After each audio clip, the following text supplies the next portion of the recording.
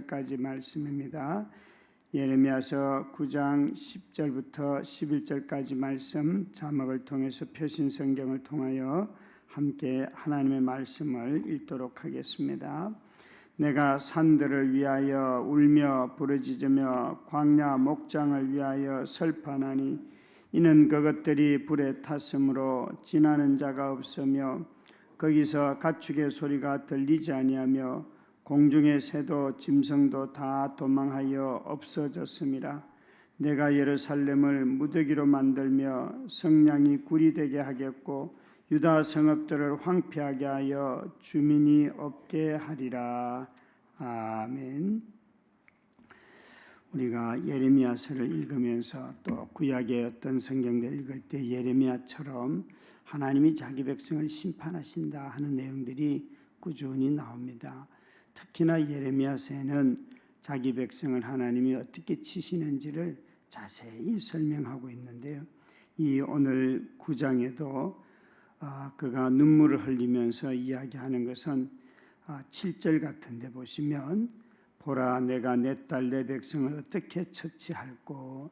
하나님이 이런 고민을 하세요. 자기 백성을 내가 어떻게 처리해야 될까 이런 고민을 하고 계신다는 것이에요.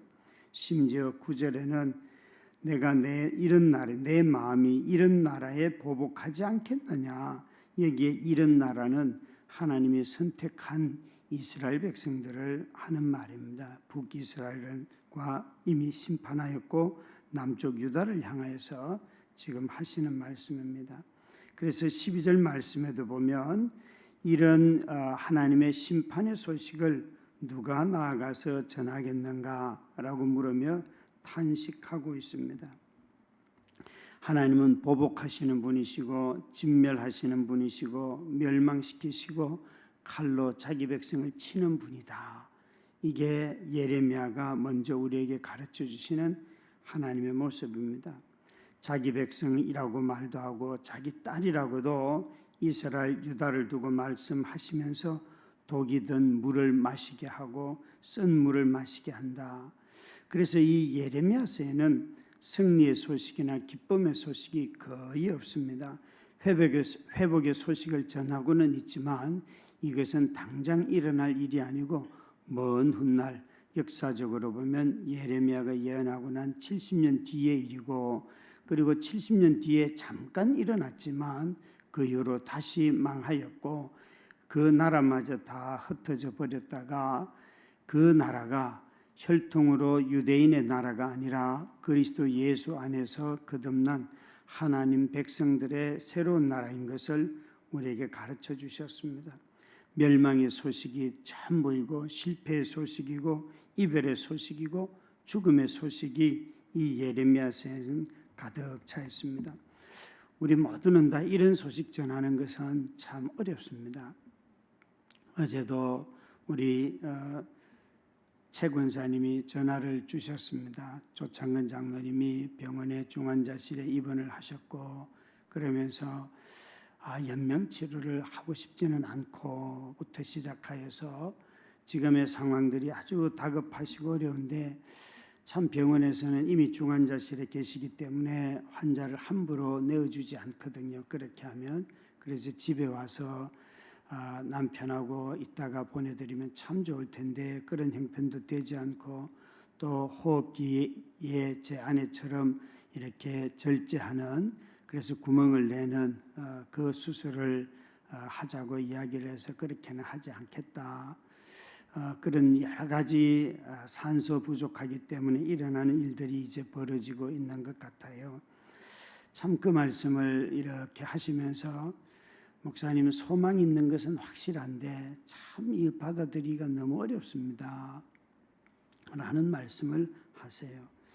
여러분 우리는 또 저는 목회를 하면서 환자들을 두고 낫지 않는다 이 말을 하기가 그렇게 어려워요. 뻔히 죽을 걸 아는데도 불구하고 가서 죽는다는 말 하지 못하고 어떤 경우는 저는 40일 동안 가서 췌장암 걸린 분 매일매일 그 집에 가서 40일 기도를 했어요. 예배를 드리고 그러면서 갈 때마다 지금도 그 노트를 가지고 있는데 40일 내내 산다는 약속의 말씀을 가지고 가서 선포하고 전하고 그리고 찬송하고 기도하고 그러는 중에 병상에서 그분이 세례를 받으셨어요. 그리고 40일 기도가 끝나고 난 뒤에 한 두 달 되기 전에 돌아가셨어요. 그 장례식을 갈 때 내가 도대체 40일 동안 뭐 했는가? 그 믿지도 않는 분에게 찾아뵙고 삽니다 이야기하고 그래서 세례를 받고 병상 세례를 다 베풀었는데 그 장례식 가는 것이 그렇게 어렵더라고요. 참 환자를 두고 여러 마음이 있죠. 이렇게 되었으면 좋겠다는 마음이 왜 없겠습니까? 그러나 실제로는 우리 삶은 다 삶의 한계가 있습니다. 제가 제 몸이 요즘은 확실히 그 문제가 있다고 말씀드리는 이유는 사실은 제가 왼쪽 발이 문제가 많아졌어요. 계단을 오르락내리락 하면 젊은 나이인데도 불구하고 힘을 쓰기가 너무 어려워요. 그래서 아마 제 걸음을 보시는 분들은 목사님 걸음이 달라졌다. 제가 요즘은 뛰어다니는 일이 없습니다. 예전에는 얼마나 뛰어다닙니까? 그런데 절대 뛰지 않습니다. 그래서 발목은 가만히 있어도 아픈데 참 아이들은 이런 저를 보고 왜 병원에 안 가냐고 그러는데 저는 병원에 가기가 싫어요. 그래서 분명히 치료를 받고 다 할 터인데 참 이렇게 나이가 어느 시점이 되니까 확실하게 몸의 변화들이 너무 다르다는 걸 느끼고 있습니다. 젊은 사람에게는 나이가 그래도 많으신 분, 많다 그러면 70이 되거나 이런 분들이 암에 걸려서 돌아가신다. 그래도 말씀드리기가 어렵지만 그래도 30살이나 20살이나 이런 젊은 사람들보다는 나이가 드신 분들은 그래도 그 정도면 사실 만큼 사셨습니다. 이런 마음의 여유라도 있잖아요. 그 말씀도 사실은 어렵지요. 그런데 30대, 40대 암이 걸리고 어려움에 빠진 사람들에게 가서 이 병은 죽는 병입니다. 라는 말씀을 그거 목회하면서 참 한다는 게 너무너무 어렵습니다. 그러나 이것은 저주가 아니라 우리 모두가 다 삶의 한계 속에 살아가고 있다는 말입니다.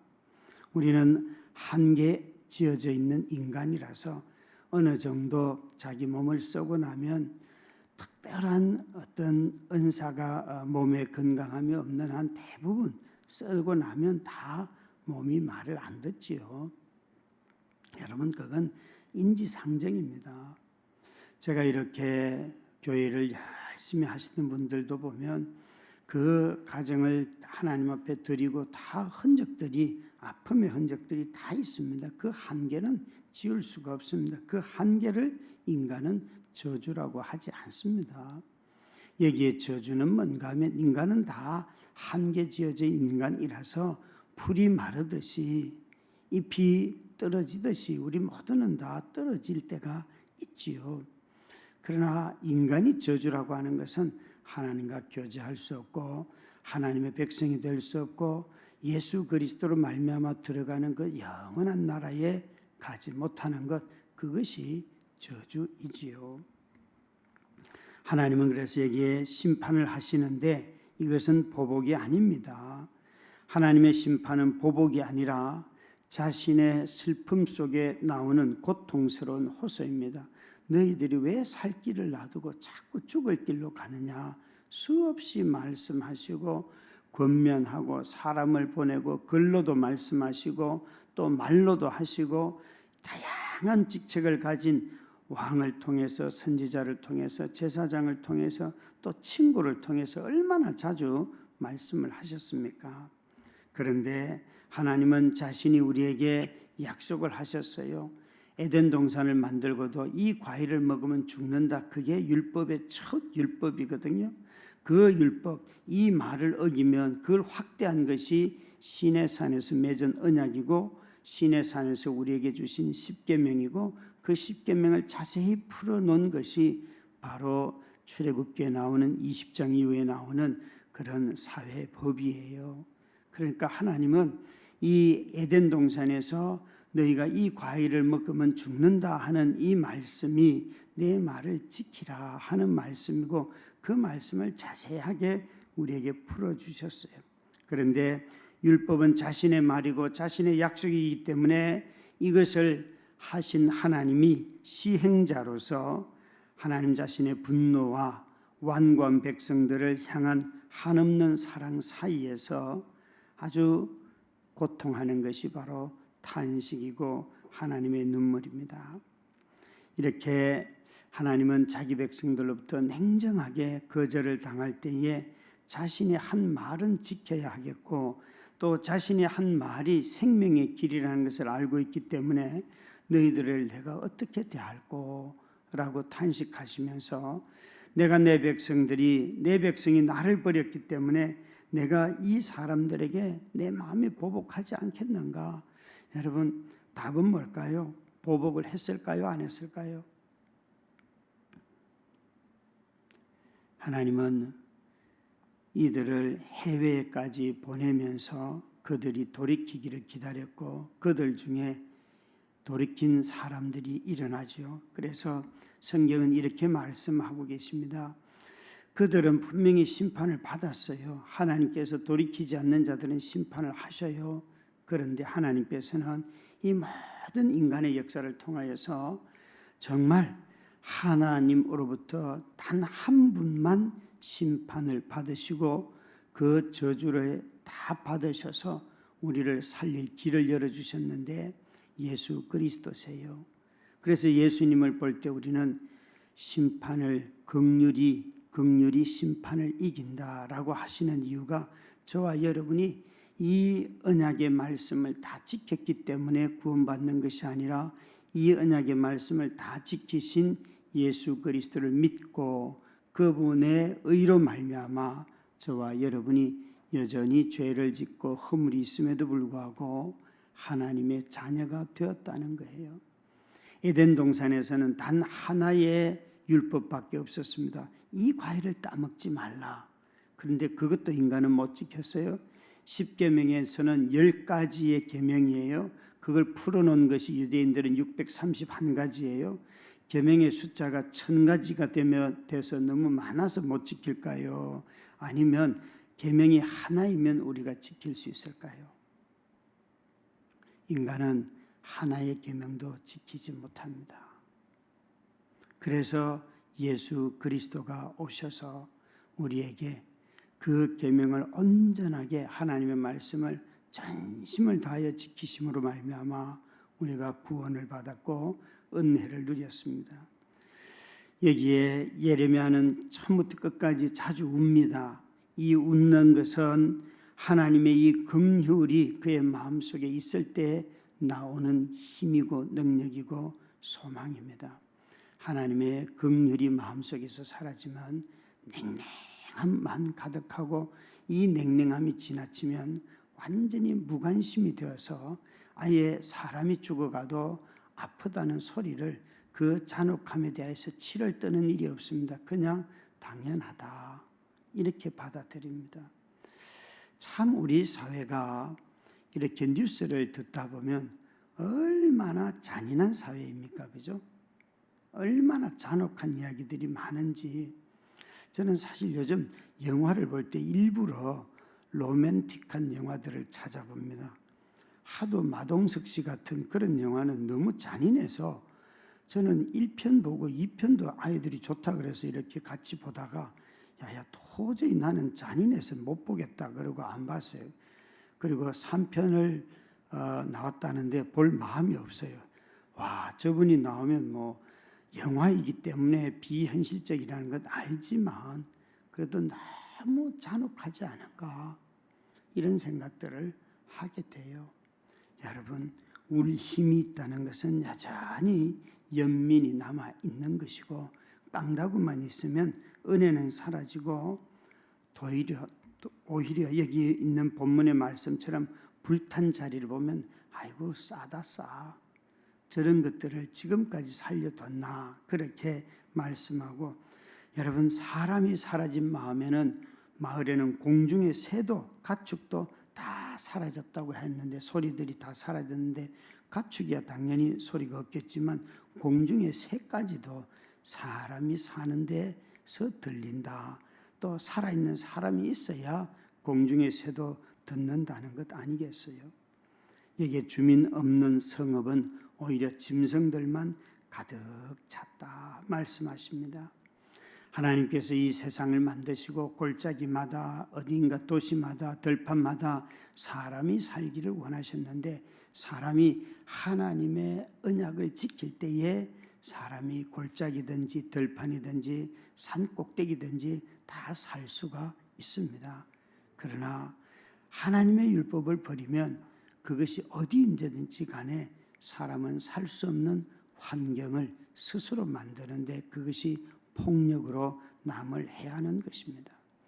우리는 하나님이 하지 말라는 그 한마디 속에 인간의 생명의 길이 있고 죽음의 길이 있다는 것을 기억하시고 오늘도 이 시대에 생명의 길을 택하지 않는 사람들을 보며 마음에 슬퍼하고 또 폭력의 소식과 아주 잔인하고 거짓말이 난무하는 이런 소식을 들을 때마다 긍휼로 정말 이 세상을 품는 이 도시를 품는 저와 여러분이 다 되시기를 주의 이름으로 축원합니다. 우리 함께 합심하여 기도하십시다. 함께 기도하겠습니다. 은혜로우신 하나님 아버지, 주님만이 우리에게 참된 생명을 주시는 분 되심을 고백하며 나아갑니다. 하나님을 더욱 사랑하며 주님의 사랑과 공의를 이 땅 가운데 나타내는 우리의 삶이 되게 하옵소서. 다들임 청년들의 삶과 청년부 공동체 가운데 하나님의 인도하심을 구합니다.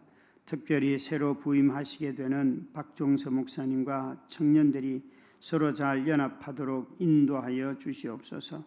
우크라이나 전쟁이 유럽 내 다른 지역으로 확전되지 않도록 인도하여 주시고 이 전쟁이 속히 평화롭게 끝나서 무고한 민간인들이 더 이상을 피해를 입지 않게 하옵소서.